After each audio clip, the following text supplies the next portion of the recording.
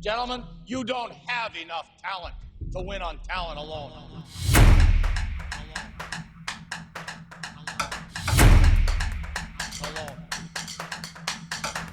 Hello and welcome to the Talent podcast brought by The Wheel. I am your host, Adam Hess, and with me as always, he's portraying Chris Hansen in an upcoming major studio picture movie.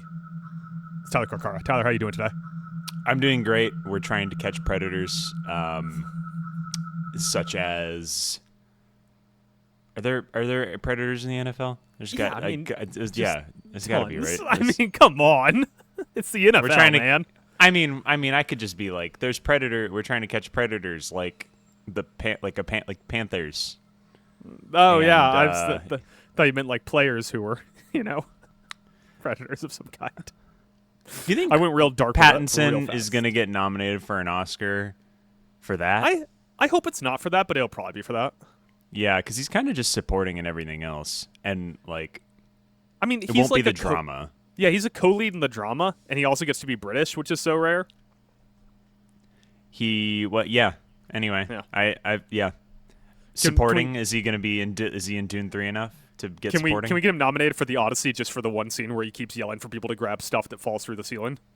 That's pretty good. That's pretty good. Yeah. I do like when he goes, "Who let these beggars in here?" That's pretty good.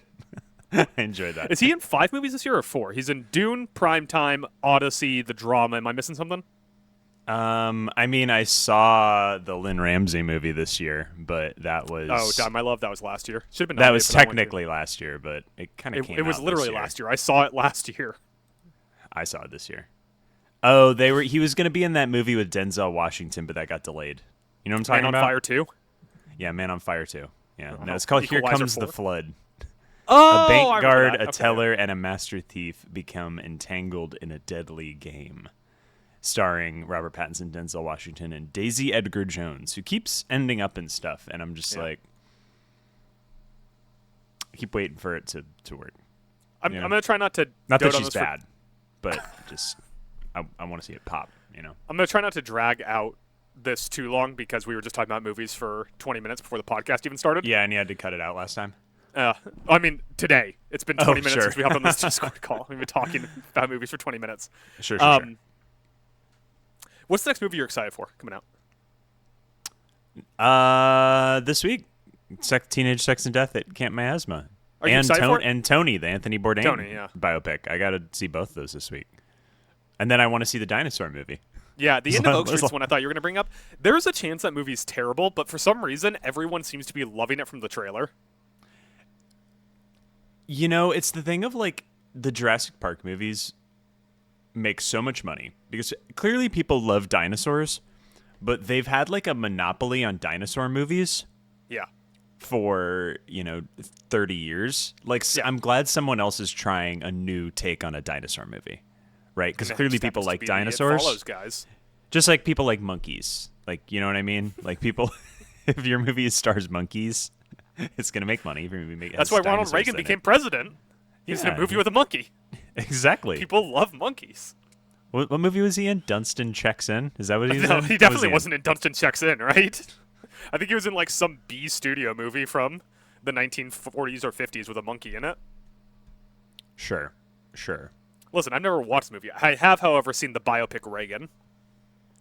Why? I think we've talked about this on a basketball pod My before. Your mom dad wanted to see it or something. Go see it, yeah. And I was in town. My mom loves Reagan.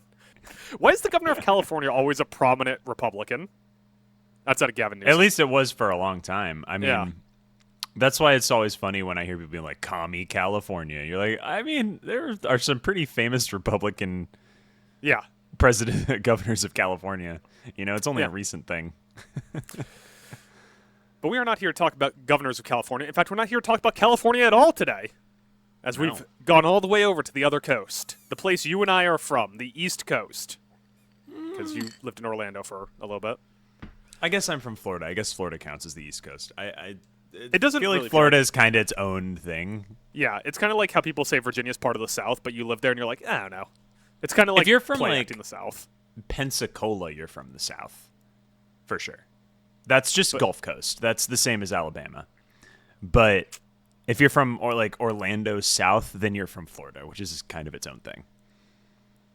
Yeah, it and has Florida even elements a few of the those. South. Florida even has a few of those where, like, it feels like the Carolinas are like a monoculture. Like, wherever you go in the Carolinas, it all still kind of feels like the Carolinas.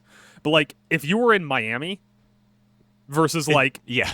in, like, Bodunk, Versus Everglades. Jacksonville, say. Yeah. And then the Panhandle with like, military presence and all that. Like, there's a whole bunch of different biomes in Florida. Yeah, there are.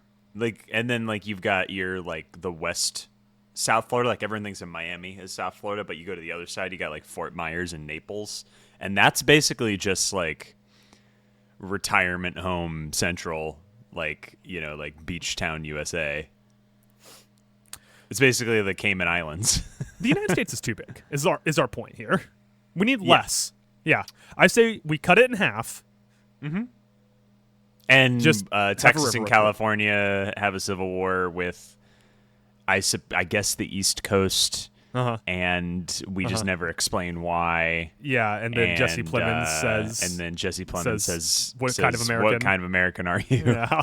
Thank you for getting that reference immediately. Well, the problem is I watched Civil War on a plane, so I had nothing else to look at.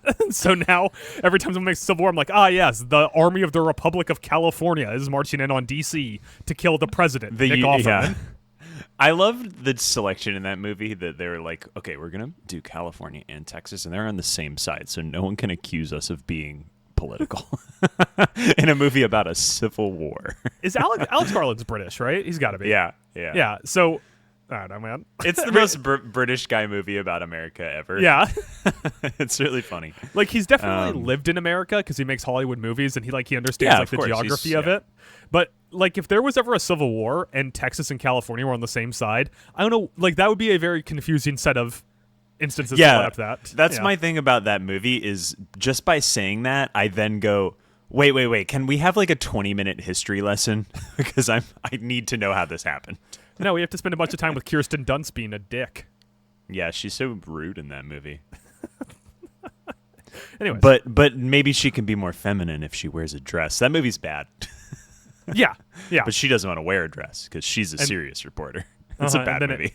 Then it ends with, like... there are a couple good scenes in that movie. Yeah, there's some good scenes. I mean, the Jesse Plemons scene is, like... The Jesse Plemons scene is really good. The sniper scene, you know what I'm talking about? And, like, when the it's Christmas war, Wonderland when they area. do war in the war movie, it's a lot of fun. All the stuff that isn't war in the war movie, not that much fun. Yeah. Did Alex Garland start playing, like, SOCOM or something in, like, 2017? Because he made Civil War and Warfare. Oh yeah, he got really into Modern Warfare. Yeah, maybe he just got really into COD. Did he like accidentally Carpenter meet Catherine Bigelow at a party or something and go? Can we get John Carpenter to make a basketball movie? I thought you were going to say John Krasinski. No, John Carpenter. Famously, John Carpenter loves 2K. Like all he does all day. He retired from making movies and just sits around. He's like 80. He just sits around and plays 2K all day. Yeah, and smokes weed. Tons and tons of weed. Let's seems like the life. Remember, what like, have you made? That's the 15? best life ever. I want that. He made Halloween and The Thing, and now he just smokes weed and plays 2K all the time. Yeah, that sounds and great. Complains about everyone he ever worked with. Remember 2K 2015 when Spike Lee directed the story of it? Yeah. Are you aware of this? Are you aware of this? I am aware. Yeah. This is a legendary thing with Mike and I because we worked at GameStop at the time. Uh-huh. So we heard it a lot. The lead character's name, by the way, because they needed a template for the announcers to call you. You can name whatever you want, but they call him Frequency Vibrations as his nickname, or they'll just short it to Freak. That's nice. It's not good. It's terrible. But that's some Spike Lee shit. Let's just have John Carpenter direct the story mode of 2K. Yes, that's a even better call. Why have we not gotten him on this? Shit. I would love playing 2K and getting to a point in the story where you're playing your first playoff game and then some weird moody piano music kicks in the background. Has John Carpenter made not a horror sci-fi movie? Has he made just a drama? No, right? I mean, Big Trouble in Little China is... That's a weird action. It's a weird one. Fantasy movie. Yeah. Escape from New York is just a weird action movie. They Live is the a campiest sci-fi movie ever movie. made. Yeah. Huh. Yeah, he only Has makes John genre Carpenter- pictures. He's has never John made Carpenter not a ever genre made- picture. Yeah, like a two-hander with a bunch of like over-the-shoulder dialogue scenes. All right, here we Hollow go. Man, The Fog, no. In the Mouth of Madness, definitely no. Prince of Darkness. Prince of Darkness does have a lot of scenes like in a church where like a scientist is like, perhaps science could provide the answer to the secrets of the universe, and the priest is like, you don't want to do that. I'm a priest. John Carpenter loves a scientist saying some shit and then someone going, "No, you're wrong," and then the scientist is wrong. Like, did we ever get John Carpenter's opinion on Fauci? I feel like it wouldn't be PC. It wouldn't align with his whole smoking weed mentality. Is he from Pittsburgh? Do you think he's loving us? Where's he from? I don't know. Probably based off everything about him, probably LA. New York. He's from upstate New York. Oh, he might That be a makes sense Bills because fan. he's angry all the time. Is he a Knicks fan? Yeah, he might be a Knicks fan. Ah, He's big from year for Carthage, Carpenter. New York. Where's Carthage? It's over the mountains from Rome. That's all I know. That yeah. was a Hannibal joke because he rode the elephants over the mountains. I mean, Carthage is actually across the Mediterranean in North Africa, and Hannibal went around. So Whatever. The My Carthaginian army is over the mountains. My joke was so sick, and you just had to bring the Mediterranean into it. Listen, I'm just trying. We strive for accuracy on this podcast. Yeah. So should we talk about football, or are you GPSing Carthage to New York City? The new Carthage-Rome rivalry, Cowboys-Eagles? Yeah. Which I guess would make the Cowboys the army of Hannibal. Yes. All right. I'm gonna take So a sip of my Jerry coffee. Jones is Hannibal. Oh, I don't like that. Can we at least make Brian Schottenheimer Hannibal? Can Jerry Jones be like Habilcar, Hannibal's dad? Yes, Yes, yeah. Although I guess there's a prominent father, Schottenheimer. But we're not getting into the weeds on this. We're 12 minutes into this podcast. 11 minutes and 58 seconds of those 12 minutes have been us talking about movies. Hi, guys. Welcome to the show. You didn't hear any of the last 12 minutes. If I just kept together all the clips of us talking about movies from these podcasts, We I could could have make- our own podcast, a new podcast. Yeah, it's almost like I made a podcast for that, and then we did like 4 episodes that never went back to it. That's But true. anyways, we're here to do a gimmick that we did last week, which is where we're just going to take a division and we're going to talk about some different categories or some different winners in that division. Last week we did the NFC North, a notable division where nothing weird has happened since the end of that podcast. Yeah, wanna pour one out everything's for Luther totally Burden? fine. Don't worry about it. I have heard the term pulled his groin way too many times this week. He was walking around at practice yesterday without a limp. Without a limp. So I think they're probably just like making sure. This feels like he's out of preseason as like a precautionary measure because that's an injury that can linger. So why push it? I definitely don't know if we said this already, so just to reiterate, we're talking about Luther Burden III. Yeah, who Luther Burden, he pulled his groin. got injured during preseason or off-season workouts, pulled his groin. Yeah, the Bears secondary got even more hurt since the last time we talked. Kobe Bryant's backup is now out. Yeah, Cam and so you Lewis guys is now signed out. Xavier Watts, I think, right? Xavier Woods, yes. Xavier Woods. My You're close. You're apologies. close. You're close. It's fine. Same Yeah, position. we have a rookie who's never played slot corner playing in the slot because Kyler Gordon is still on the PUP list. Sick. So that's good. I would just say the defense is bad, and Luther Burden might get hurt. So Roma Dunze stock to the moon, I guess. Foot injury, Roma Dunze, stock to the moon. I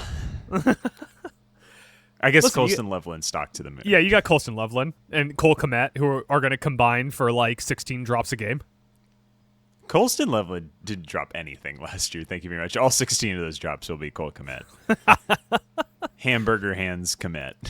It's going to be great because every pass is either going to get batted down or Kmet's going to drop it onto the ground like he's Mark Andrews. If Kmet caught like 90% of his bad drops, he would be considered one of the 5 best tight ends in football. He'd be Travis Kelce. Like, I'm not if he caught kidding. 50% Yes, I'm of his not bad kidding. drops. Yeah. That's not a hyperbole. Like last year, I think he dropped like 3 touchdowns and like 7 first down catches. Like This is the same issue that they keep having in Baltimore and the same issue they keep having in Buffalo. I think we have an epidemic of tight ends with the whoopsie daisies. Yeah, Mark Andrews. Yeah, he's like Mark Andrews without the expectation. Mark Andrews is like, you know how they have like the trick catch competition at the Pro Bowl now? Mm-hmm. Mark Andrews does like trick drops. Yeah, where you're like, how did he drop it? That's incredible. Yeah. Mark Andrews gets hit in the hands, knocks it 40 yards downfield, runs down and tries to catch it again, and at the last second it falls between his arms. Yeah, powerful stuff. Tight ends, get on the jugs machine. I know they're like, every tight end now is like, well, I really want all around game. Like, I'm trying to train block. Like Colston Loveland is like, I'm trying to block, and I'm like, no, get on the jugs machine. Please don't drop anything. By PFF grade, was one of the worst blocking tight ends in the history of college football, and he needs to accept that. In the history of college football, but last year he did not grade as one of the worst blocking tight ends in the NFL. So I guess that points to the Big Ten. This is like if one of us sat down and decided to write a enemies to lovers romantasy novel. Like, we should understand our strengths and weaknesses, and that is not one of our strengths. Colston Loveland should be worried more about getting to 1,500 yards and 16 touchdowns this year than he ever should be with being like a lockdown outside zone blocker. You know, but tight ends, it's like their whole thing. They're sickos for it. They're like, even if they're like definitely bad at it, they're like, yeah, gotta get in the dirt. Gotta go to George Kittle's tight end camp and like learn how to block. You think Mike Gesicki would say that during the offseason? You think Mike Gesicki was ever out there being like, yeah, you know, I'm really learning how to come out of a 3-point stance, seal the edge? No, you know what Mike Gesicki was doing in the offseason? He was at our restaurant with Joe Burrow, getting drunk, paying servers $100 to get him shots in under 2 minutes. Oh, that rules. Yeah, he grabbed some. Joe Burrow grabbed a service assistant and was like, if you can get me a round of shots for the table in the next, I can't remember what it was. It was like, if you can get me a round of shots for the table in under a minute, I will give you $100 bill right now. And then the SA chickened out. I was like, no. You could totally, if you ran to the bar and told the bartender that, he would have been like, bop, bop, bop, bop, bop, go. Yeah, and then you drop the bartender $20 for that and walk away with an $80 tip. Yeah, exactly. Come on, yeah, come on. You can't chicken out of that. That's the way to Joe go. Burrow, Mike Gesicki, and a bunch of Trump supporting influencers. You already said Trump supporting influencers when you said Joe Burrow and Mike Gesicki. Yeah, that's true. Come on, they're football players. They all support Trump. But that's one of those weird things where we shouldn't get into a conversation about NFL players' politics. We got to talk about like Arvell Reese or whatever. But we should talk about like, we should talk about the New York Giants. No politics involved there. Nothing going on. No involvement with Trump at all in that organization. Yeah, exactly. But the whole thing of like Trump made the vaccine. Everyone's like Fauci and the vaccine, and like, but you're like, he took credit for that. He was like, he's the one who signed all the executive orders to get that shit off the ground. And then, but it's his supporters who are anti-vaxxers. Yeah, this is that's a weird dynamic. I have never considered that. That is a great. That's a weird dynamic. You would think that vaccine should have 100% approval rating because Trump did it. Trump pushed it through. I mean, well, he didn't do it. It was supported by science, and Dolly Parton funded it. How is anyone against that vaccine? Well, you know, if you do your own research, Adam, you'll actually find that. Well, the good news is, for this week's podcast, put the 5G in it. I did my own research, so I am ready to talk about the NFC East, the division we are here to talk about today. We are going to pick the division winner, last place in the division, the best offseason, worst offseason, and the coach whose seat is the hottest. Similar to what we did last week, made some tweaks. Notably, instead of best edition, worst edition, we went from best offseason, worst offseason. These teams actually made additions, so we could have had an argument. That's true. But this way we get to talk about more people. We get to talk about, franchise tags and extensions and the draft and stuff like that. Sounds great. Sounds great to me. What are we starting with? We're going to start with division winner. So like I said, we're doing the NFC East. If you are not the kind of person who sits around memorizing what teams are in what division all the time like I do, you might not remember this, but the NFC East is 3 legendary teams and also the Philadelphia Eagles. It is the Dallas Cowboys, New York Giants, Washington Commanders, and Philadelphia Eagles. Last year, To everyone's complete and utter shock, the Philadelphia Eagles won it.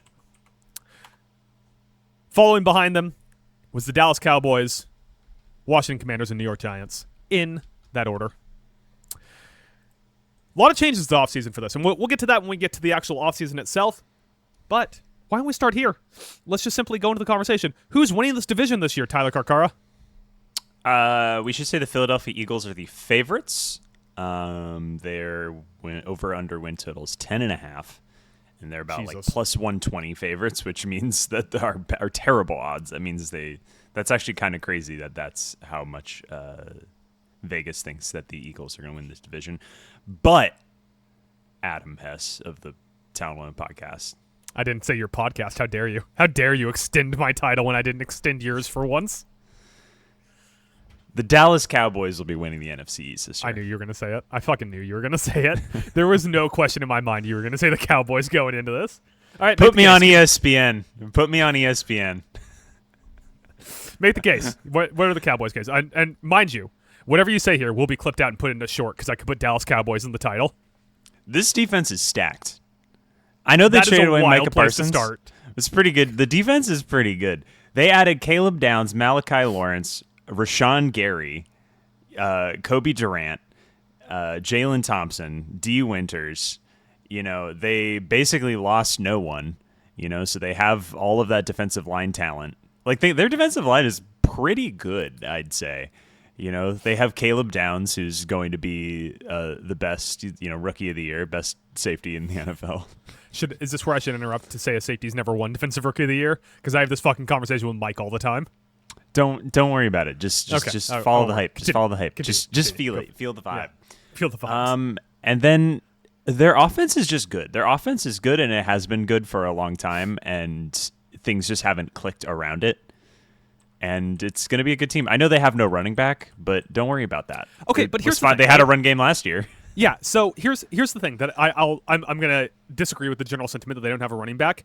This is why the Dallas Cowboys are a great microcosm for why people talk about how running back is a low-value position. Yeah, the Cowboys have routinely improved their offensive line over the last several years. After having one of the best in the league, kind of falls apart. Now every year they've been adding very good additions to their offensive line. And they promoted Clayton Adams. They took him off the Cardinals' supporting coaching staff, made him their offensive coordinator last year. Immediately their run game exploded. When Clayton Adams was the offensive line and running backs coach and running game coordinator for the Arizona Cardinals for the 2 seasons before that, their running game was electric. So now it doesn't matter who you put back there as long as they kind of hit like the Mendoza line of just being good enough to be an NFL running back.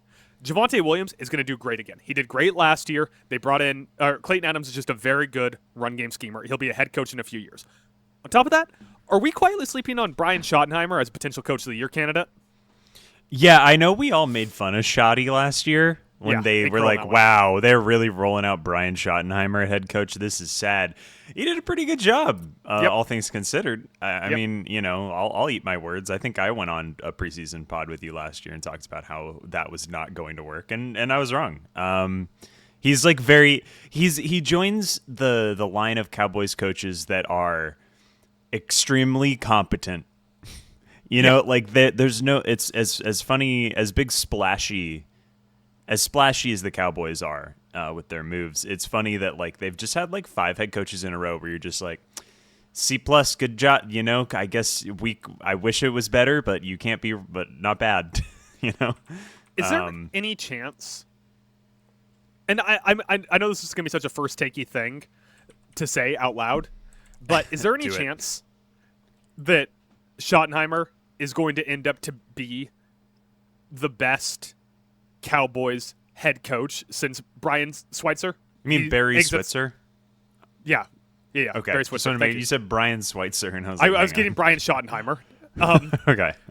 So Switzer wins Super Bowl, leaves in '97. After that, Chan Gailey, Dave Campo, Bill Parcells, late era Bill Parcells, Wade Phillips, Jason Garrett, Mike McCarthy, Brian Schottenheimer. Ugh. Not great, Jim. Yeah, there's a chance that Schotty is the best Cowboys head coach of the 21st century. Yeah, you're 100% right. In addition to my feelings about the Cowboys just being a very competent, good team, which, by the way, do they have the best receiver room in the NFL? Outside, well, I mean, I hate to be this guy because everyone's always like, who's the third wide receiver? But outside of CeeDee Lamb and George Pickens, is there anyone you feel? Okay, then what is the actual best receiver room in the NFL? I mean, is it because you want to say the Bengals, but who's their third wide receiver? Andre Yosevas, Mike Gesicki. They still have. Cowboys still got Jalen Tolbert's gone. Yeah, Tolbert's on some weird. Tolbert might be on Miami. Is he the kick returner guy? Who's the kick returner guy they have? That was really Tolbert. Fast? Yeah. Where's Jalen Tolbert? If he's on Miami, that's gonna be crazy. I think he's on Miami. He's on Miami. Yeah. Crazy. If he was on Miami, anyway, 2 years ago, that would have been sick. Now he might be the best receiver on Miami. That's true. Anyway, I'm not scared of any other team in this division. If I'm the Cowboys, like I know the Eagles have sort of grandfathered in favorite status. Yeah. Are we sure they're going to be good this year? I'm just not sure about the Eagles this year, man. I guess the defense is probably still going to be pretty good. The offense, I have no confidence in. Like, well, the thing with the Eagles is they kind of have that Bengals thing going, where the Bengals every even number year are good and every odd number year are bad, and the Eagles offense does the same thing. So this is every other good year. Yeah, every other year they're good, and the intermezzo years they're bad. So do you have a lot of feelings about Sean Mannion? Can anyone have a lot of feelings about Sean Mannion? Isn't it his first job? Yeah, exactly. It's sort of an interesting pairing in this division with your weird offensive coordinator hire. David Blau? You mean the future Sean McVay, David Blau? Uh-huh. By which I mean he's going to leave the Washington Commanders next year? And be better elsewhere. Yeah. Yeah, man. I think that the Eagles, I just don't have faith in it. I think the defense is probably going to be solid. You can't be living, and we'll get to hot seat. I don't want to spoil it, but you can't be living life on the edge like Nick Sirianni is. Nick Sirianni is the worst good head coach, and I keep waiting for him to tip into bad. Nick Sirianni has been white knuckling against his chair to make sure that no one can take it away from him for like 4 years now, despite winning the Super Bowl. Like, he won a Super Bowl, he's been to 2 Super Bowls, and every year we're like, this might be the year for Nick Sirianni to get fired. Is it an Eagles thing? Because the same thing happened to Doug Peterson, where like both of those Andy guys. Reid it's like after Andy Reid, they were like, well, what if we just always have the coach in the doghouse so they never feel comfortable? It's the reverse Andy Reid. Andy Reid was, like, everyone agreed was a really, really good head coach, but never won the Super Bowl. And then they had Doug Peterson and Sirianni, who everyone agrees are probably not good head coaches, but they keep winning. So and Doug Peterson's also a great example because as soon as he left, he's been bad everywhere else. Yes. Same with basically every assistant that leaves this team. Is Howie Roseman calling the plays? Is that what we've learned? Are we, if Steichen gets fired, are we officially, like, there are no more Eagles coordinators running teams? Because Frank Reich is gone. Frank Reich's gone. Steichen's gone. Jonathan Gannon's gone. Yeah. Those are the 3 guys, yeah. The Steichen's the last one hanging on. The Howie Roseman coaching tree would be snipped all the way back to its trunk.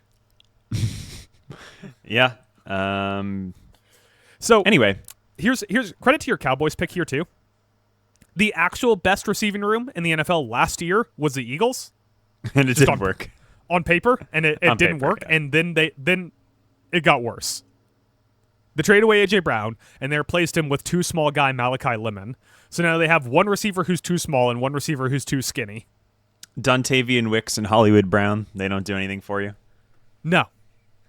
Dontavian Wicks is good for 1 play a game where you're like, oh shit, is he really good? And then he's not. And Hollywood Brown's good for an entire offseason every single year being like, could this be the year? Hollywood Brown's going to be in his early 40s, and we're going to be like, Hollywood Brown breakout year? Yeah.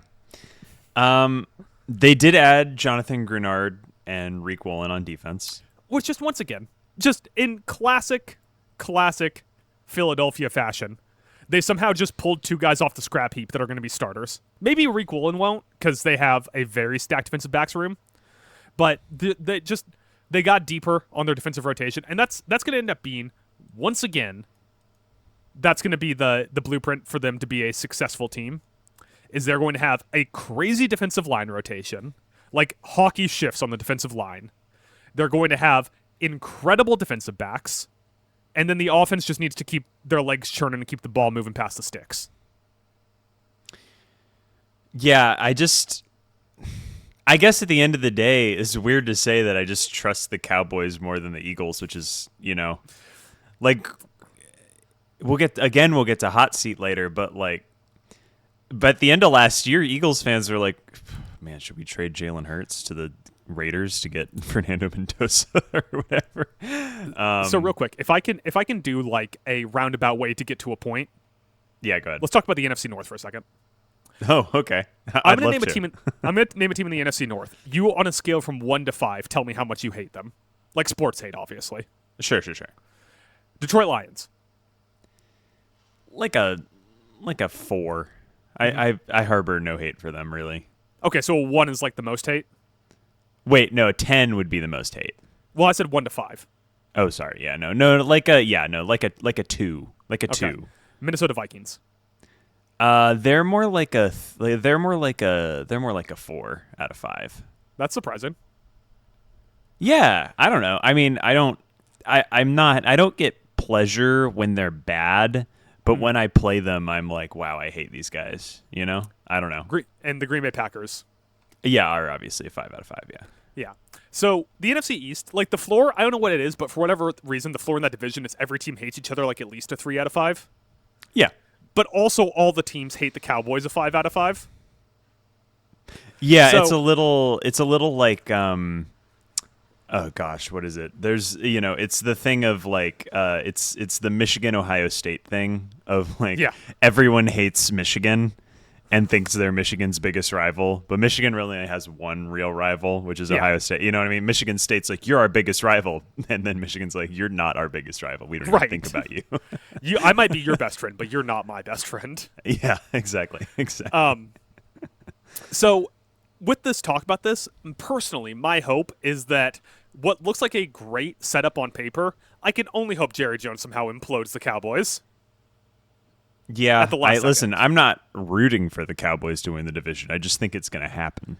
For the 19th straight year, too, he has taken a player that he could have gotten relatively cheap to what he's going to end up paying for it and franchise tagged him, and now he's going to have to pay George Pickens way more money than he would have. He did the same thing with Dak Prescott, did the same thing with the now dearly departed Micah Parsons, did the same thing with CeeDee Lamb. Just every year, he's going to have one guy that's on a contract extension, and he plays hardball with, and ends up franchise tagging, and is going to end up giving like a top 3 contract to at the position. Yeah, Quinnen Williams just making bank, just making that Jerry bank. No wonder all these guys want to go to the Cowboys. It's not because Dallas is great, as someone from Dallas. Yeah, it's I don't know. I guess if you're a rich football player, Dallas is probably pretty cool. Dallas is exclusively like giant McMansions and like practice fields. Like that's all Dallas is. And like barbecue restaurants. Like that's all Quentin Dallas Williams is. Got $35 million a year. How much? What is Pickens going to end up getting now that he got franchise tagged? It's a great question. So he's $27 million this year. What is he going to get next year now? Let's see highest paid wide receivers. I can pull it up real quick here. I'm working on it right as well. Let's see. Over the cap. Over the cap. It's Chris Godwin at $33 million this year is the highest cap hit. Oh God. Oh no. Then Amon-Ra, DK, Devontae Adams, and then Pickens on his franchise tag. Average per year right now is Jackson Smith and Jigba, $42 million. Mm-hmm. Jamar Chase, 40. Drake London, 35. Zay Flowers, 35. That's crazy. That Zay Flowers contract is so bad, dude. Justin Jefferson 35, CeeDee Lamb 34. I mean, he's going to want more than CD, right? Like that's going to be. If I was him, that's what I'd be. If asking he for, outplays at least. CD this year again, he's going to be like, well, I got to be paid higher than that guy. And he's a across wide the receiver, hall. and he's George Pickens, so of course he's going to think that he's the best wide receiver on the planet. Yeah, he might be. Did you watch him last year? He was really good. Come on. He was so good last year. I I don't want think you he's to even go good. watch a 10-minute cut up of George Pickens last year, and you'll be like, maybe Tyler's right. Maybe he is the best wide receiver in the NFL. Now, my memory of this, and I do not have his numbers up, and I have not watched any of the All-22 in 8 months now, whenever the season ended. My memory on this is that he was a very good fantasy option because he was very touchdown dependent. I think he had a lot of touchdowns, which, to be fair, is how you win football games. Let me just, can I rattle you off his stats last year where he was Yeah. not touchdown dependent? He had 93 catches for 1,400 yards and 9 touchdowns. Okay. That's pretty good. Yeah, That's pretty good. He was pretty good last year. Yeah. And also some of that was when CD was hurt, so you can't even be like, well, they were doubling CD. 15 yards per reception, 84 yards a game. How many That yards was per third route in run, the though? NFL. I'm an Yards- advanced analytics guy. Give me a second. I think that it's like impossible to find. You want to yards talk per yards route per run. route run? Let's have that conversation can because you that means find we yards get to per talk route about run for Luther free? Burden. Gemini apparently will pull it up for me. He ran 2.35 yards per route run. I don't know if that's good. It would have been so funny if you pulled it up on Gemini and it's saying here he had 106 yards per route run. Well, I mean, I think famously Luther Burden had the highest yards per route run last year. All right, well, while Tyler's over there pulling his groin over Luther Burden, I'm going to say my division winner is. Oh no, In it's fact- Jackson Smith and Jigba. Sorry. What a surprise! The best wide receiver in the league had the best wide receiver in the league season. I'm going to take the Eagles to win the division. Okay. Coward, So- but that's fine. Should we make another really dumb jersey bet over this? Yeah, I think we could. What if the Commanders win? Then we both lose. I'll tell you what. If the Commanders win, Jesus, I'll wear a pre-Colorado Kobe Bryant jersey on the podcast. Yikes. Yeah. There's no way the Yikes. Commanders are winning the division. Do you want to Their hear the left top tackle's 10 wide receivers in yards per route run last year? Let me try to guess them real quick. Are they all like notable names, or are some of them like guys who ran way less routes? Do you want me to change the minimum routes run? Because if you change it to 1, then there's like 7 guys you've never heard of who ran like 4 routes. Yeah, change it to where it's like a substantial amount of All routes right, run. 50 routes run. Yeah, that works. I think I could probably get a good amount of these. Top 10. Here we go. Let me see. Okay, so obviously Luther Burden spotted me. He's that one. number 3. Number 3. Gave me Jackson Smith and Jigba. Number 2.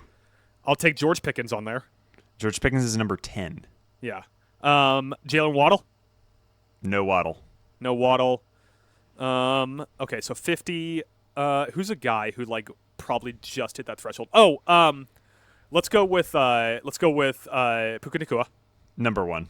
Puka Yeah. Nacua. Yeah, that one's obvious in retrospect. Jamar Chase.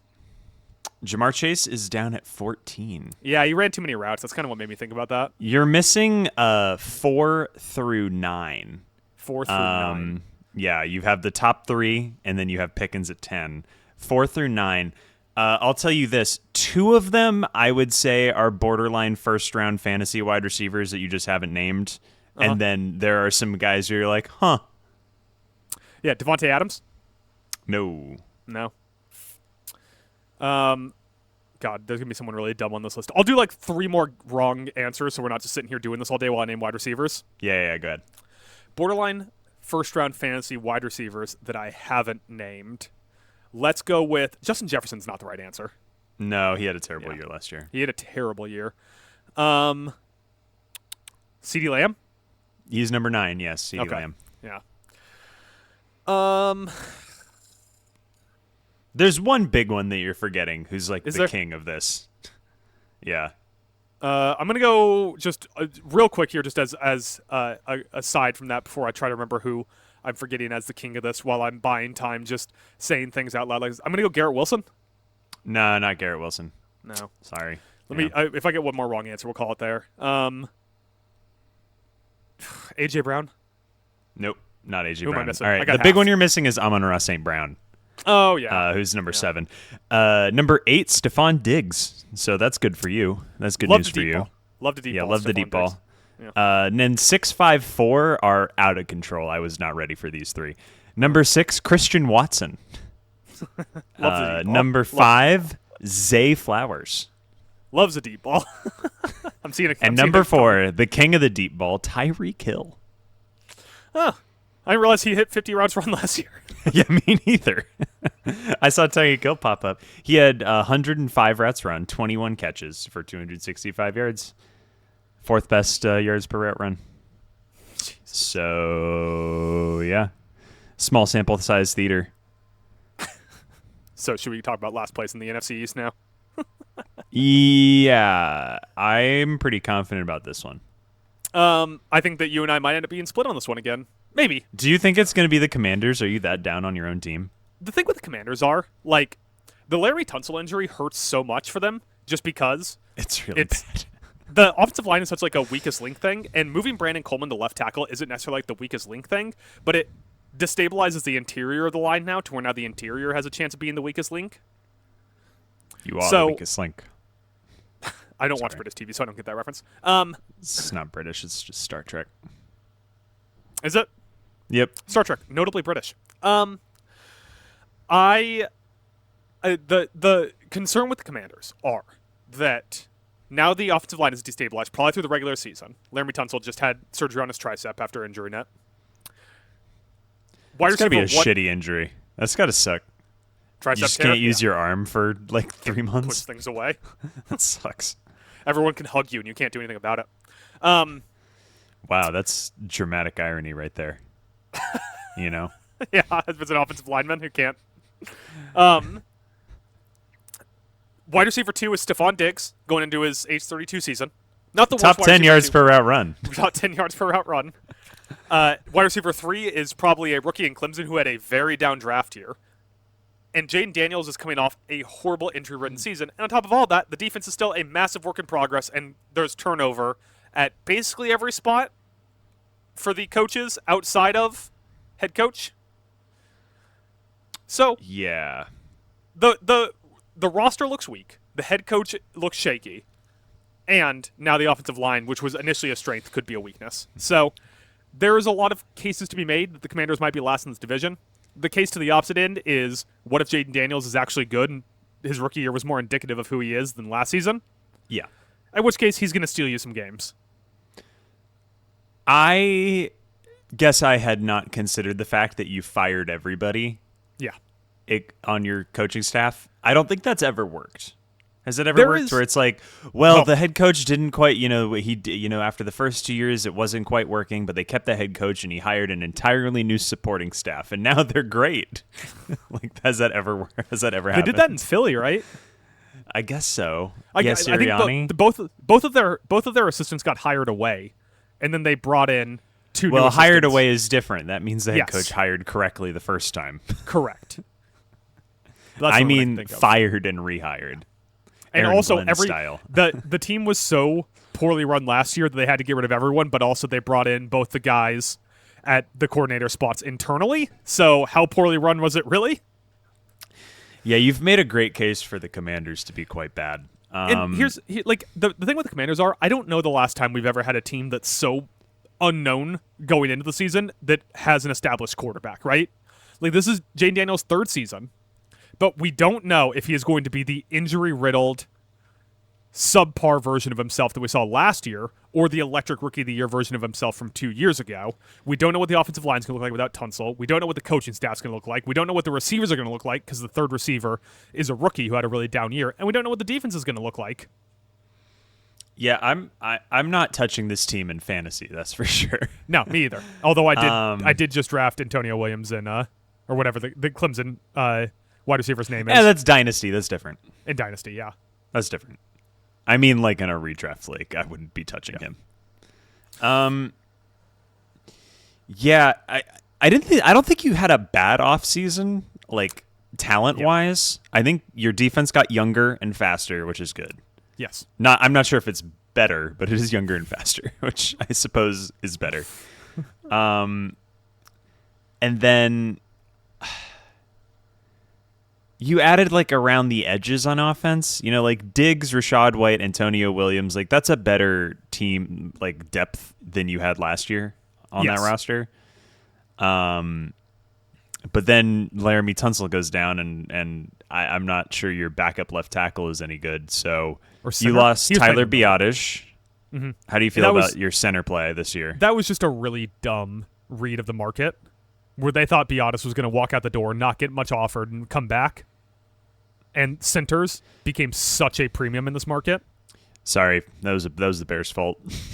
He had a very good season last year. He wasn't like all pro level last year, but he had a very good season. Neither is Drew Dahlman, but it changed the Bears offensive Drew Dahlman was, when we were covering, when Team Talent Alone was the Atlanta Falcons, Drew Dahlman was their center, and he was like the top graded guy on PFF every single fucking week.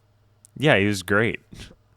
and then he decided to be a coward and retired. No, I'm kidding. He'd do what's best for you, Drew Dahlman. I support your decision, even if it hurts a little bit. Yeah, I think the Giants are going to be worse. I think this is a Pete Carroll Raiders situation. I really believe that.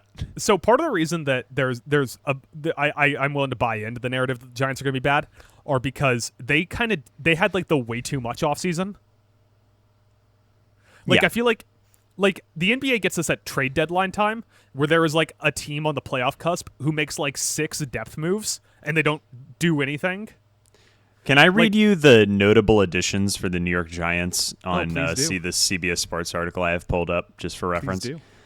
Arvell Reese, Francis Maui-Noah, Isaiah Likely, DJ Reader, Shelby Harris, Tremaine Edmonds, Greg Newsome II, Patrick Ricard, Darnell Mooney, Malachi Fields. Yeah, that's a lot of guys. Yeah, exactly. They had a lot of offseason. Yeah, and obviously brought in John Harbaugh, who was fired from his previous long-term coaching gig in Baltimore. I just don't trust anybody who underperforms with Lamar Jackson to overperform with Jackson Dart. You know what I mean? Right. Like that's kind of how I feel about the Giants. And like the offseason narrative, like Malik Neighbors is not going to be starting the year, which means their wide receiver 1 is somehow Darius Slayton. Darius Slayton, thank you. Their wide receiver 1 is once again Darius Slayton. They bring in Isaiah Likely, who it never worked out with him in Baltimore, so let's try him in New York.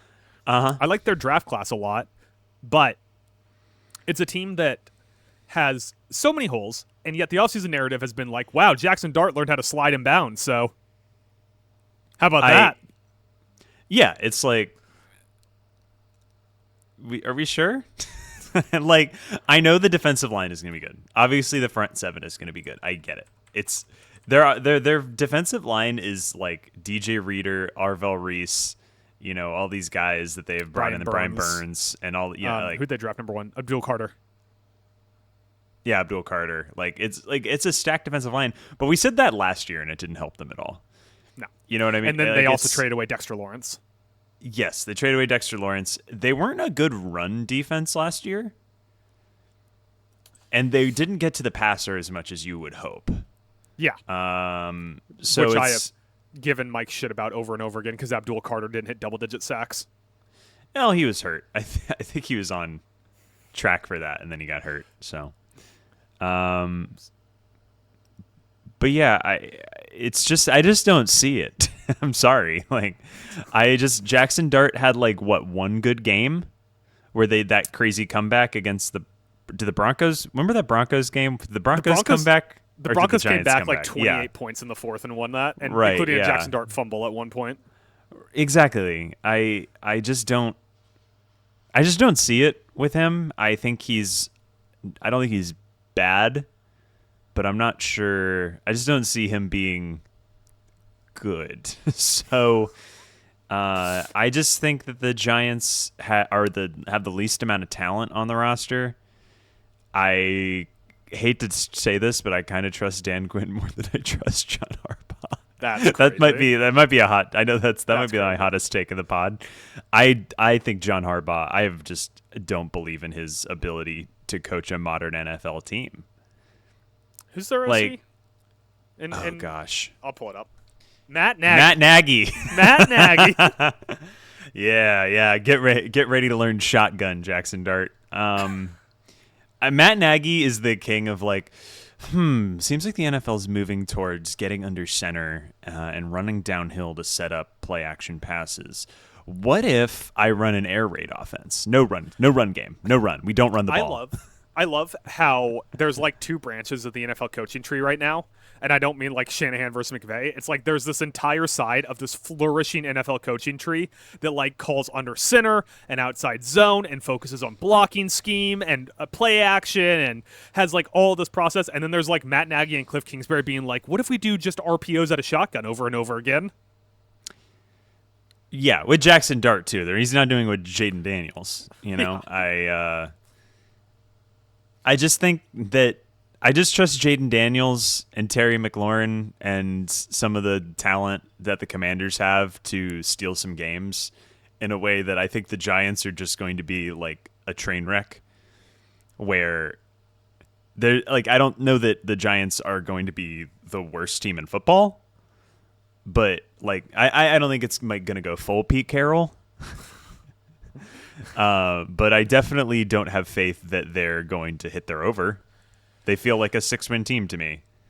You know? Yeah, I think that if the Commanders are the worst team in the division, it comes off the back of, turns out David Blau isn't the next Sean McVay, and Jaden Daniels gets hurt because his left tackle was out. It's because Jaden Daniels isn't playing. I think if Jaden Daniels is healthy, there's no way that they're the worst team in the division. Yeah, if the Giants are the worst team in the division, it's kind of like...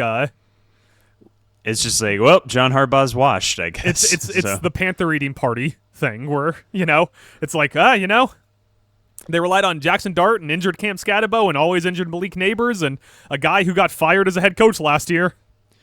Yeah, we built the whole plane out of guys who have been fired. Yeah. So, yeah, I forgot about Matt Nagy. That actually just reinforced my point. Matt Nagy, I'm always confused by that guy. You know, he was the Bears head coach for like 5 years. His first year, he was such a creative play caller. He was like doing weird stuff. He was handing the ball to defensive linemen. He was, you know, it was like, wow, like this guy is really smart. And then basically the next year, he was like, well, what if I stop doing that? Yeah, it's a combination of two things because it was the same thing with Kingsbury last year in Washington, where you spend an entire offseason where the conservative voices in the room are telling you that you're too risky and you're going to fuck it up, and it gets into your head, and your job is so high leverage that you start worrying about that and go to safer play calls. And B, the NFL catches up, and if you're not good enough to keep innovating on top of innovations like the way that McVay does, then your game plan's out there in the open for everyone to see by the end of your first season. I also think Nagy had his brain broken by the double doink. Like, I think there's a sliding doors where if they make that kick and win that game, Matt Nagy is still the head coach of the Chicago Bears. You know what I mean? I think there's a chance of that. Quick sidetrack question here. Have you ever watched Sliding Doors? No. Should we watch Sliding Doors at some point? I wasn't even really aware that there was something called Sliding Doors. Oh, yeah. The term Sliding Doors is based off starring a movie. Gwyneth Paltrow. Yes, starring Goop Zone Gwyneth Paltrow. John Hannah, John Lynch, Gene Triplehorn. The cast is stacked. Oh, this is a Miramaxy-ass film. Anyways. Yeah. I think I'm just gonna stick with the Commanders as the worst team because it's an emotional hedge. Either I'm right or my team's better than I say on air. Yeah. This is the first time in a season where I've gone into the year with expectations for my team. Normally I'm that guy where I'm like, well, it's going to go poorly, so and I'm shutting myself off so I can't be hurt. And this year is the first time where I'm like, maybe, and I'm ready to be hurt. It's going to happen. Yeah, I'm, you know, it's interesting that we disagreed on both winner and loser in this division. Yeah, which means we'd also disagree on the middle two teams. Yeah, that's right. That's right. All right, let's go to best offseason. So this is going to include everything from staff hirings, free agent signings, extensions, and the draft. Cowboys. That was my contingent for them winning the division. Is their defense was really bad last year and got a little better down the stretch. They have a new defensive coordinator. You know, it's not Eberflus anymore, as long as we're talking about former Bears head coaches. It's, gosh, who do they hire? They hired someone good. They hired someone interesting. Oh, gosh. It is Christian Parker, who was the defensive backs coordinator for the Broncos. So, probably pretty good. Maybe. I don't know. Yeah. I don't actually know. But I seems like he's pretty well respected. Like it was like about time for him to get a defensive coordinator role. So hopefully that's good. They improved their defensive backs room a lot, you know, with Caleb Downs and who's the corner they brought in that I'm forgetting his name? Kobe Durant. And you know, the crazy thing, and I don't think anyone's ever said this on a podcast before, is that his first and last name are basketball players. Whoa. So is Kobe Bryant. That's a good point. Yeah. His first and last name are also basketball players, but the same basketball player. But spelled differently. To different Kobe. Malachi Lawrence, Rashawn Gary, both good pickups for them, for the Cowboys. Like those are both like a nice draft pick, nice veteran addition. And Jalen Thomas, they have Thompson, who I like. They have half the Packers' defensive line on their team now between Rashawn Gary and Kenny Clark. If only they had current Micah Parsons? Packers pass rusher Micah Parsons on their team. Yeah. Yeah, they extended Quinn Williams. They extended the best kicker in the league, Brendan Aubrey. Extended Javonte Williams for a little too much money and franchise tag Pickens. Like, I think their defense is going to be solid. I think their offense is going to be really good. Yeah. I think that there is... You can make a case. I think you're right. I think that my pick here is Dallas, but you can make a case for 3 teams in this division to have had the best offseason, depending on what your particular imports is. For instance, if you think John Harbaugh is going to be a very good head coach, you can make the case the Giants had the best offseason. They brought in more weapons for their quote-unquote good quarterback in Isaiah Likely, and then a bunch of wide receiver 4s like Darnell Mooney, Calvin Austin, OBJ, Braxton Berrios, and Juju. Yeah. Tremaine Edmonds, DJ Reader, Greg Newsome, probably overpaid for all those guys, but got him nonetheless. Then they drafted Arvo Reese, Francis Mauigoa, Colton Hood, and Malachi Fields, who I like. I would definitely not pick the Giants because they also traded away Dexter Lawrence and paid too much money to Isaiah Likely and Tremaine Edmonds. But Tremaine Edmonds is not good. Yeah, this is my hot $13 million a year. Giants fans, I was listening to the Ringer Fantasy Football show when he signed, and Danny Heifetz, who's a Giants fan, was like, "Oh, we got Tremaine Edmonds. We needed a middle linebacker." And I'm like, "This is the reason the Bears let him walk. Like that defense was bad, and they let their starting middle linebacker walk. Like he's so slow, so slow. It's not. Similarly with the Commanders, you can make the argument that they addressed the things they needed, right? They overpaid for him, but Odafe Oweh, they brought in a younger tight end they've been running around with, Chikakongwa, who also can't catch. He's another tight end in the lineage of passing tight ends that can't catch. Sonny Styles is going to have a couple of crazy highlights this year. Sonny Styles has like an outside chance to win Defensive Rookie of the Year. Yeah. If he has like 150 tackles and 3 interceptions and 6 forced fumbles or whatever. Leo Chanel, Tim Settle, Amik Robertson, who flew under the radar a little bit. Clavon Chason. You know, they re-signed some of their guys on top of Rashad I like White. the Commanders' offseason. Commanders' offseason was good outside of the coaching situation. Yeah, they're draft Sonny Styles and Antonio Williams, but you have to ding them on the fact that, A, their defense is still going to be bad. They didn't bring in enough pass-catching weapons, even after the draft and free agency. And their coaching is like, this is so up in the air, who knows? You're taking a shot on 2 first-time coordinators. I think it's really hard to remake a unit in a year, is kind of my thing. Yeah, you have to hit like 2 or 3 years in a row, which is what the Lions did, and then they got fucking destroyed in that one playoff game against the Commanders, and that ended their possible run. Unless you're the Rams, in which case you can seemingly do it every 3 years. You just save your money, and then every 3 years I don't know if you know this or not, but there's no salary cap or limit on number of picks you can trade if your team is in LA. Los Angeles. Yeah, you're right. So, so right. Because he's there, I forgot about that. They have unlimited first-round picks to trade away for all the best players and all the best teams. Wow. Then the Chargers really need to get moving on that. It only counts if people know you're in LA. Yeah. Yeah. Chargers might as well be in Orange County. Which is a very funny joke if you know where Orange County is relative to LA, I'm sure. Orange County is like the surrounding. It's like Naperville. Think Naperville. I know Orange County for its trashy spray tan wives. Yeah, Newport Beach. The Orange County contains multitudes because Orange County has Newport Beach, which is like the rich people enclave on the ocean. Yeah. And it also has Disneyland in Anaheim, all the way inland. So Orange County contains multitudes. That's where Anaheim is. Yeah. Near the Real Housewives of Orange County. Think of it like a big triangle. L.A., Anaheim, Real Housewives of Orange County down on the ocean. So it's like a straight line between them. Yeah, pretty much. Yeah. Is that why they're always at Disneyland? Uh-huh. I've never seen Real Housewives of Orange County, and I also I've never been to any of the Disney parks, so I don't know if there's always Real Housewives there or not. All right, so that's it. We have our homework. Between podcasts, we're going to watch Sliding Doors and all of the Real Housewives. All of them? All of them. We could do Real Housewives of Beverly Hills. They come into the restaurant a lot. I don't like only them. if we get to do the entire podcast like it's a Weezer song. Beverly Hills. Beverly Hills sucks. I don't want to be in Beverly Hills. I'm over there all the time. It sucks. I can never tell if Weezer's songs are supposed to be ironic like Randy Newman songs are, or if they are actually just like those kind of guys. I think it is ironic. Yeah.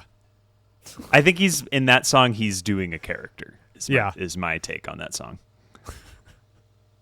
What about that one song that he starts off with, "God damn those half Japanese girls"? Is that one ironic, or is that just kind of like a thing of the 90s? The 90s were a different time, Adam. And I think you have to accept the 90s for what they were. Uh-huh. And anyway, how about them Cowboys? Okay, so we're both going Cowboys with the best offseason, right? Yeah.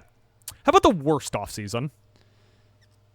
I mean, it's easy to say the Eagles because they had the least off season. I think they're one of the few teams that didn't get better talent wise.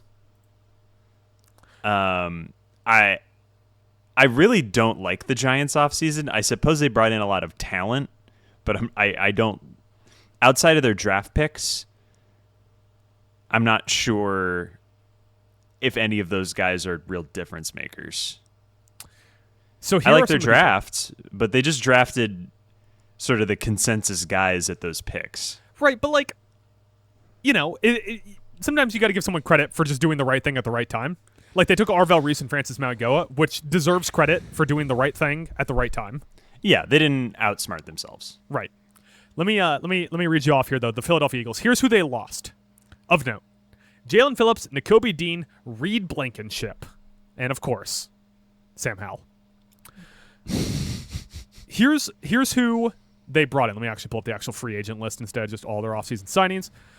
They brought in Tariq Woolen, Hollywood Brown, Arnold Ebiketie, Grant Calcaterra they re-signed. That's a tight end. Marcus Epps, Johnny Munt, AJ Epinesa, Elijah Jonathan Moore, Grenard, Dontavian Wicks. Yeah, so they traded for Grenard. Did they trade for Wicks? No. Yeah, they traded for Wicks. Really? Traded for Wicks for a 5th-round pick. I'm going to look at Dontavian Wicks' football reference. Okay. Just out of curious. And they, of course, the reason that you could make the case that on net they had the worst offseason, they were forced to trade away A.J. Brown and replaced him with Malachi Lemon. How old do you think Dontavian Wicks is? Dontavian Wicks is 25 years old. He's 24. Okay. I thought he was older. I thought he was like 26, 27. He's only been in the league would not 3 have. years. I would have guessed 26 or 27 if you hadn't been asking the question. But since you were asking the question, it had to be younger or older than I thought. All right. Dontavian Wicks, career receiving yards in 3 seasons with the Green Bay Packers. Under 1,500 yards in 3 seasons. Can you give me the number of games? In his career, he has appeared in 46 games. 46 games, 1,500 yards. So that would... I'm going to go with a slide over. It's actually a solid under at 1,300 career receiving yards for Dontavian Wicks. For now wide receiver 3, Dontavian Wicks? Mm-hmm. I mean, that's what he was in Green Bay, I guess. Or was he wide receiver like 6B? Well, the thing is that they're a team made out of wide receiver threes. And they of built course, the plane out of wide of course, receiver Matthew threes, Golden, who we all know was the best draft pick in the history of the draft last year. Dontavian Wicks was born in a city called Plaquemine, Louisiana. Like plaque, like Plaque. Plaquemine. Is that where the YouTube gets all their plaques from when you hit like 100,000 subscribers or whatever? They go to the plaque mine? Uh-huh. Uh-huh. But yes, any day now. Phillies draft, Malachi Lemon, Eli Stovers, Markel Bell, Cole Payton, Micah Morris. Not a lot of, to me, not a lot of inspiring names on that list. No. I would say no. Yeah. So I think Philly kind of has the worst offseason just by extension of having not much offseason. Is that a thing, though? The Giants and Commanders overpaid for people, but they had a lot of offseason. Yeah, but Kim, are we just going to really reward people for making moves? As that doesn't mean they're going to be better. Yes. I would like to encourage people to make as many moves as possible all the time, constantly. That way I don't have to plan out an off-season podcast talking about one division where we have to go through and give them awards for different categories. I can just come on here every week and be like, oh my God, I can't believe all 32 teams made a trade this week. Let's grade these trades from 1 to 32. That does sound fun. See how easy that is? On tomorrow, I have to do an off-season report card for every goddamn team in the NHL's Pacific Division. That's a lot of work. If I just got to go on there and talk about like 6 trades and then go home, oh my God. Fucking give me blank check money at that point. Oh, man. So who are you going with? Definitively. Who's your pick here? I guess the Eagles. I guess I got to go Eagles. I talked you into it. I bullied you into it. Yeah. Do you want to go Giants? Is that the argument you're trying to make? Yeah. I just really didn't like I just really think a lot of those moves aren't going to work out, you know? They spent a lot of money on Tremaine Edmonds and Darnell Mooney. And are we sure about that? Are you sure about that? Quietly, did the Cowboys overall also have the best draft in this division? Because Giants so they get the first 2 picks, like you said, that are too easy, so they don't get credit for it. So that's Arvell Reese and Francis Mauigoa. After that, Colton Hood, who was like cornerback 15, Malachi Fields, who is mid-round wide receiver, and then a bunch of other guys who no one's going to remember, right? Yeah. The Cowboys added Downs and Lawrence, who are both really good. They added Downs and Lawrence, both guys that I liked, and on top of that, they got a day 2 tackle that was generally considered to be pretty good, and LT Overton, who was like a day 1 defensive tackle at the start of the year, who just fell down boards.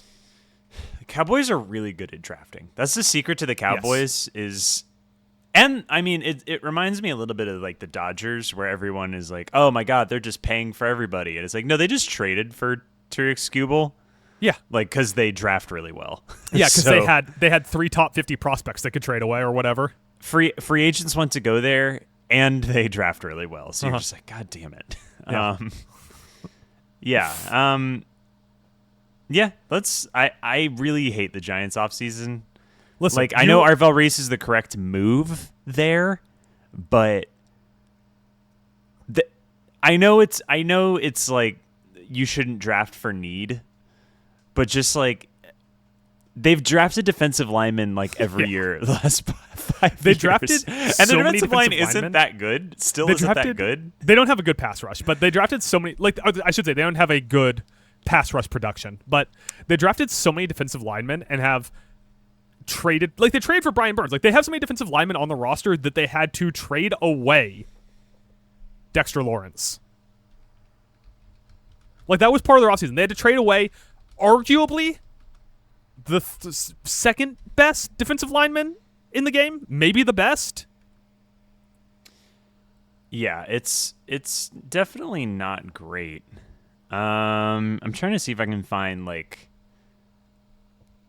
pass rush statistics, like advanced pass rush statistics. Oh, do you want pass rush win rate or something?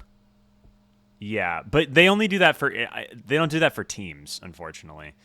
Here we go. Quarterback hurries per drop back. So this is the percentage of the time someone gets into the backfield and hurries the quarterback. Yeah. What I like about when we do podcasts together is that we're like one half like Mina Kimes, where we'll like get into like some advanced language and some like really intelligent football, and like one half first take. Where like one of us will come out here and be like, Arvell Reese's name is dumb. And I do you want to do wasn't hurry doing percentage or pressures or actual pressures? Let's go percentage. Rate metrics are better than totals. Well, no, but like it's two different ones. It's percentage of hurries or percentage of pressures, because it's Percentage of pressures, then. Okay. Quarterback pressures. The New York Giants last year were 18th in the NFL in pressure percentage. Jesus Christ. The team ahead of them, it's a couple squads ahead of them. Colts, Chiefs, Chargers. They were only 1% ahead of the Chicago Bears, who had a higher hurry percentage than the Giants last year. Maybe, I don't know. It's a little alarming, for being honest. Not Not great. Not great. It's not Doesn't great. imply that you have the most stacked defensive line in the NFL. I remember going into last year, people being like, oh, the Giants have the best defensive line in the NFL. They have that going for them. And they didn't. So, like, also, like, with this defensive line, they were, by PFF grade last year, 12th in pass rush grade, which is good, but it's not great. It's not a top 10 defense. they were bottom 5 in missed tackles. Well, John Harbaugh's going to clean that up. Yeah, and get them to number 1. That's what he's there for. John No, Harbaugh. I mean they were bottom 5 as in the best 5. They had the fewest missed tackles. They had the fewest missed tackles. Well, John Harbaugh's going to ruin that. We know that. You know who had the most missed tackles? This one should be easy. The most missed tackles, was it Chicago? Oh no, no, it was the Bengals. The Washington was number 2 though. Yeah, the Bengals. Yeah, I think the Bengals, like at least 50% of them were on that one Colston Loveland touchdown to win the game. Washington, because they had just such slow defensive players after all the injuries, it was so funny. Like, it would just be, oh my God, what's his name? Bobby Wagner. It'd just be like Bobby Wagner running across the formation to get a running back who's going outside. He would get completely gassed and just dive at the guy's feet, and that counts as a missed tackle. So Who do you think blitzed the most in the I NFL can't last believe we're year? just doing this. You're just pulling up advanced statistics. Who blitzed the most? It was probably Tampa Bay. They were 4th. Number 1 was the Vikings by, quite frankly, an absurd margin. Flores loves a blitz. The Vikings blitzed 44% of snaps last year. The number 2 team were the Falcons. Who blitzed 33%. Is blitz just defined by rushing more than 4 guys? Than 4 guys, yeah. Yeah. The Bengals blitzed the least, 16%. Which is surprising because they also didn't have a good pass rush, so you'd think that they would want to help that by blitzing. Well, I think their secondary was so Yeah, bad. They're like, if we blitz it all, like they're just going to score a touchdown every time. They're just going to go in. If we put extra bodies on the field who aren't in coverage, they're going to score a touchdown anyways. Yeah. Let's just hope that the quarterback fumbles it. Yeah. All right. Anyway, so I'm done with defensive advanced statistics, but it did prove my point that the Giants are definitely not guaranteed to have an elite defensive line. The Giants have the chance to have had a really good offseason because they did a lot and added a new coach and drafted some high leverage players. But if it all blows up in their face, like you said, it could be a Pete Carroll and Las Vegas situation.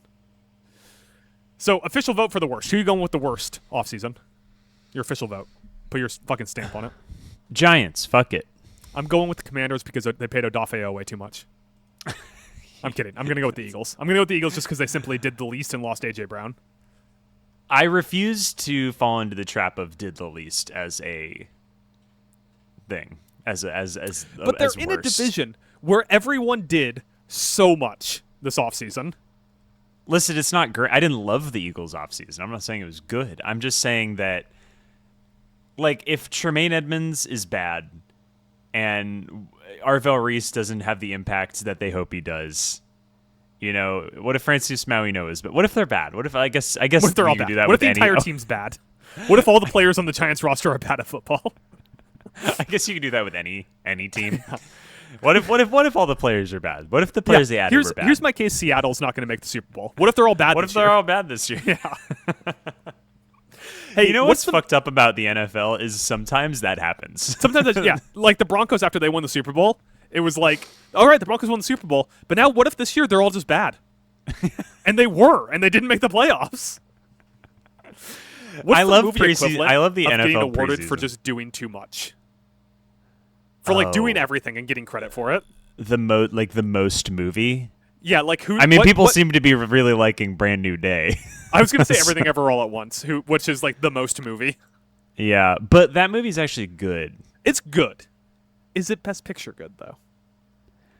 I think we took it a little too far. The best case scenario for that movie would have been getting snubbed at the Oscars, and then everyone could have been like, "That's actually the best movie of the year." And now people can't say that because it's a chalk tick. If that movie, if Everything Ever All at Once got snubbed, would that be a movie that plays at like 11 p.m. at a rep theater once a year? Yeah. Yeah. Yeah. It's the equivalent. It's the Mike Conley corollary of you actually don't want to make the one All-Star team because your name will appear more because you'll be on all the best players never to make the All-Star team lists. Right. Rather than just a guy who made one All-Star team. You're just going to disappear. Right. It like, I'm sorry, I'm going to jump to a sport you don't watch, but it's like Matthew Tkachuk just made, not Matthew Tkachuk, his dad, Keith Tkachuk just made the Hall of Fame. And Keith Tkachuk for so long was the best player not in the Hall of Fame. And now it's going to be like, no one's going to mention Keith Tkachuk anymore because both of his sons are probably better at hockey than him, and he made the Hall of Fame. Bill Belichick not getting into the Hall of Fame was the best PR that guy has had in the past 5 years. I don't know. I got to give him some credit for like pulling ranks on a woman so much younger than him, but Oh, that's pretty good PR. Like Bill Belichick I like looks this, Zach. like if Good Andy for Bill Reid, Belichick. if Andy Reid went on a diet for 2 months and gave up, and yet he managed to somehow get into a serious relationship with like a 27-year-old that he met on a flight. She was 19 on the flight, Oh, supposedly. like that. Was the flight to Epstein Island or? Well, she would have been on Epstein Island. She was over 18. Yeah. What do you mean? So do I edit that part out of the podcast or? You know, do with it what you will. I guess my point being that Belichick, we have just been shitting on him for like a half a decade, and then he didn't get into the Hall of Fame, and everyone was like, wait, hold up. Let's not be ridiculous. Like, he won 6 Super Bowls or whatever. Speaking of potential fired college coach Bill Belichick, our final category we have to discuss here. What coach in the NFC East is on the hottest seat? You have many options here. Well, some would say you have 4 options it's here, basically but all of them except Schottenheimer. probably But if Harbaugh? Schottenheimer wins, it's the thing of if any of these teams wins 3 games, everybody's fired, right? There is. That's the thing we did for the NFC North, where we were Yeah. like, only Ben Johnson is safe if they win 3 games. Is Harbaugh, if they win 3 games, is Harbaugh safe? I don't think so. What if they win 3 games but Dart's hurt? If it's because Dart isn't playing, I think maybe he gets a pass because he's first year. Pete Carroll keeps flashing through my mind. And I know Harbaugh's a little younger than Pete Carroll, but Harbaugh was never exactly a cutting-edge schemer. Yeah, he's a CEO guy. And he brought in a bunch of guys who are not exactly cutting-edge schemers. Who's their defensive coordinator this year? Did we look this up already? I don't think we looked this up unless... I kind of hope it's Eberflus. Don't you kind of hope it's Eberflus? Denard Wilson. It would be great if Yeah. it was Eberflus. And then they could just commiserate about the Bears. No, Denard Wilson, who So, let me ask you was this. last. Let's say all 4 starting Oh. quarterbacks. What?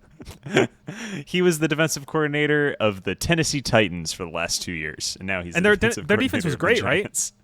I Yeah, watched the a best lot of of the Titans NFL. last year, man. I have so much Cam Ward stock. I know you did, buddy. It's my Hawk Tua coin. I bought a ton of Cam Ward stock, and it might get rug pulled on me any day now. I think it already did when they hired. How dare you? Cam Ten Ward Kids stock's Sala. going up, brother. To the moon with my Cam Ward stock. I have him in Dynasty. I traded for him in Dynasty. And I have 2 of his receivers. I have Chimera DK and Ilek Ayamayor. And Calvin Ridley. I have 3 of his receivers. And none of them are Carnell Tate. You But- believe in Brian Dable? Speaking of the Giants. I believe in Mo Salah. Not Mo Salah, the other one. Robert Salah. Robert Sala. Not the striker for Liverpool. He doesn't play for Liverpool anymore. He went to like the 4th best Turkish team. That's what happens when you get old, man. He was bad last year. Trabzonspor. Remember to tune in for our 1-year Premier League project. We're not soon. doing that. Hey, how often do you Although want to be on this Fulham podcast? making moves, Adam. You know. Okay, Signing how about all this? these- How often do you want to do a football podcast during the year? Like an NFL. Like you want, yeah. Like you want to Podcast? just be like you want to be in here every week. You want to be like just you're like a DH. Like you just step in when we need someone to hit. I feel like DH is probably better for me this Okay. year. I got a lot going on in the fall. I know. That's feel why like I'm there's asking. going to be, I don't know that I could commit every week, but there definitely will be some instances where I'm like, please let me on to talk about sports. I need to talk about this Because we do 2 podcasts a week typically. Sure, I'm happy to DH if Mike is like, I can't do the second one this week or stuff like that. I think that feels about right. Cool. And I think So I would like to be on the mega pod, the preseason predictions pod. Yeah.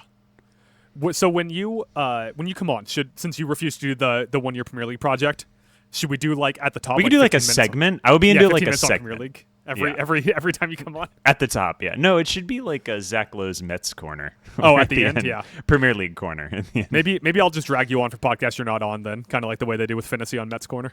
Yes, yeah, that would work. What were we talking about? All right. Hottest. Oh, okay. Hottest So seat. if every single starting quarterback in the NFC East gets injured in Week 1 and it's backups all year, and all the teams are bad as a result, Let me any of the pitch you coaches this. Get fired in season. Can I pitch you this? Uh huh. What team, which head coach, could win the most games and still get fired?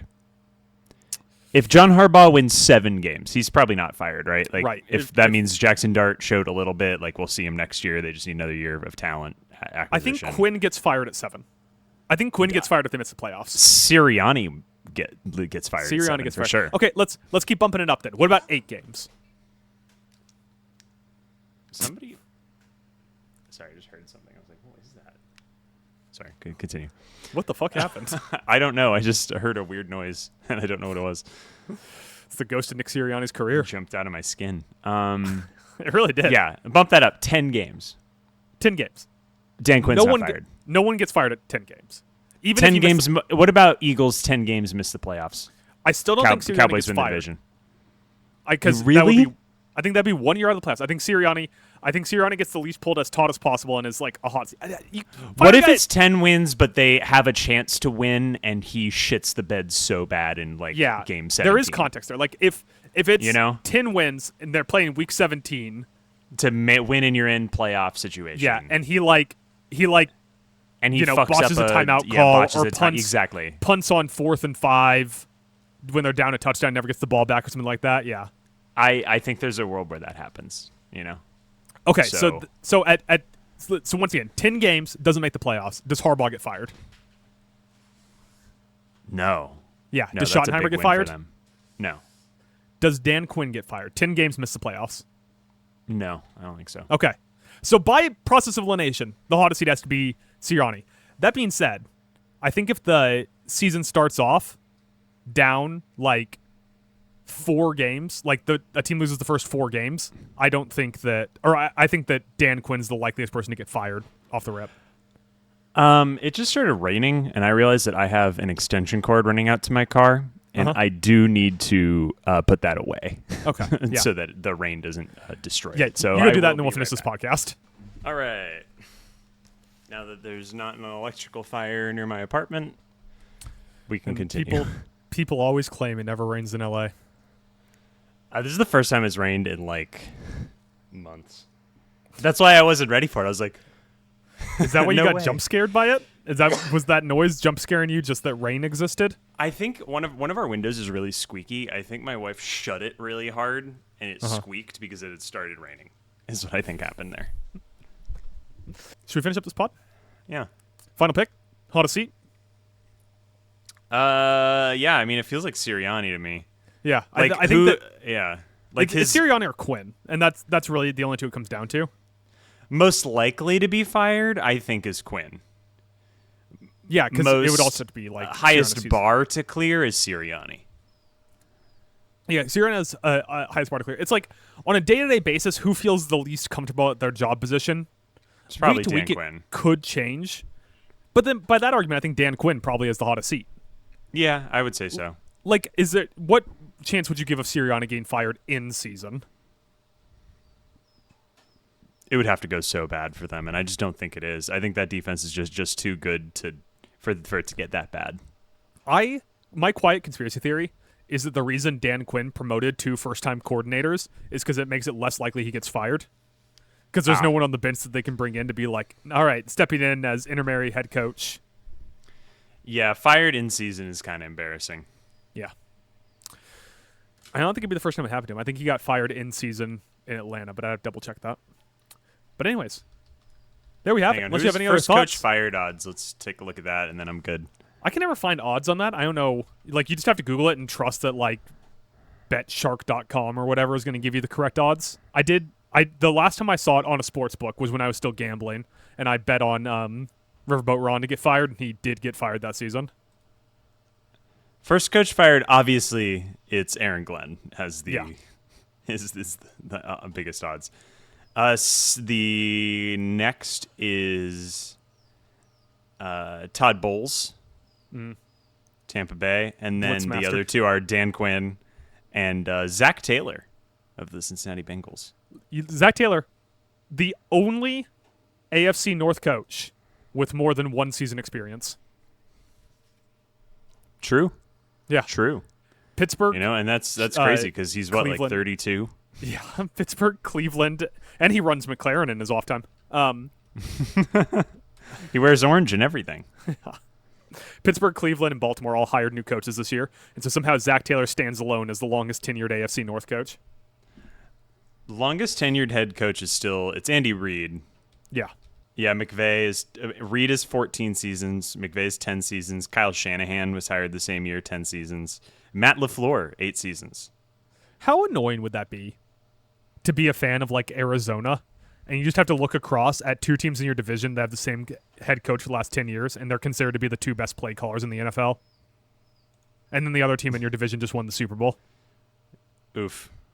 Zach Taylor, also 8 years. Zach Taylor has coached the Cincinnati Bengals the same amount of time that Matt LaFleur's coached the Packers. Yeah, Zach Taylor's kind of like a cockroach, and a lot of that is because he got his golden goose in Joe Burrow. Yeah, then you get to Dan Campbell and Nick Sirianni, and hired 2021, hired 2022. It's Kevin O'Connell, Todd Bowles. And then you're getting into, like, Sean Payton, DeMeco Ryans, Shane Steichen. Yeah, dang. It's tough to have a long-term job and be a bad coach. Yeah. All right, you got any final thoughts here? Any things you wanna round out on our way out the door? What would you consider a successful season for the Commanders? Where would you be like, and you know what? Everything's going to be okay. Jaden Daniels looks like he could be a good quarterback for another 6 years. That's it. It doesn't wins don't even factor in. It's just is Jaden Daniels good? This team. So I to a fault. I'm a Ricky Bobby. If you ain't first, you last. So Sure. I don't care if this team is the 7th seed and loses a playoff game 28-26. Right? Like, it'll be fun to watch, but to me, that's no more successful than going 10-8, 10-7, whatever it is now, 10-7, and missing the playoffs by half a game or whatever. Sure. Like, that's the same outcome to me. So, just if Jaden Daniels plays 15 games and looks like he is going to be a starter through his prime, this will be a successful season. All right. What about you? So you're where I was with the Bears last year. Yes, you just needed Caleb Williams to not look like a complete waste of a pick. Yeah. I don't know. I think the Bears are going to, with these injuries, the Bears were already a regression candidate, and now their secondary is made of, like, chewing gum and popsicle sticks. So, and Jalen Johnson. So the crazy thing about the NFL is it's a low event sport, period. Like, there's just not enough data ever to have, like, a significant sample size. So there is a chance, and I think it'd be really fun if the Bears caused more turnovers this year than they did last year. I would really like that. That'd be a lot of fun. That'd be a lot of fun. That's the most fun outcome. Where everyone's like, well, if they're a regression candidate, and you're like, actually. Yeah, they went further. But then they have next more year, think of the regression next year. Yeah, more turnovers. All right, you got any plugs? You got anything coming out you want the people to know? No. You haven't written an article for the website in a while. Going back to your. You want me to write days, something? Yeah. You want to write a random article about a movie? Brand New Day? Yeah, go ahead and why is everyone obsessed with Brand New Day? Why is everyone obsessed with Brand New Day? I genuinely don't understand it. All right, any of the plugs you want, Tyler's Letterbox, my Twitter, the website, our Twitch streams, anything like that. The email, you can email us your favorite team and what would be a successful season for them. All that's in the description below on both audio and video podcast. If you listen to the audio version of this, we also do this on video on YouTube, where you can see at one point Tyler get jump scared by a squeaky noise and then have to leave because of rain. Yep. And with that, would you care to give any shout-outs to any off-season signings for the NFC East? I would like to shout out. I cut out all this silence while I come up with a... That's not how the shout-outs work. The silence stays in. I'll cut out the silence the rest of the time. I edit this like a VOD or a vlog usually, where it's just like you get almost an entire sentence and then all the silence is cut out. You know what? I'm going to shout out an underrated, sneaky signing for your Commanders that I think is going to factor into your passing game really well this year. Shout out to Rashad the Bod White. Nice. I thought you were going to do a Dafe Owe since I kept bringing him up. No, your passing game. He's a good receiving back. Let's get out of here.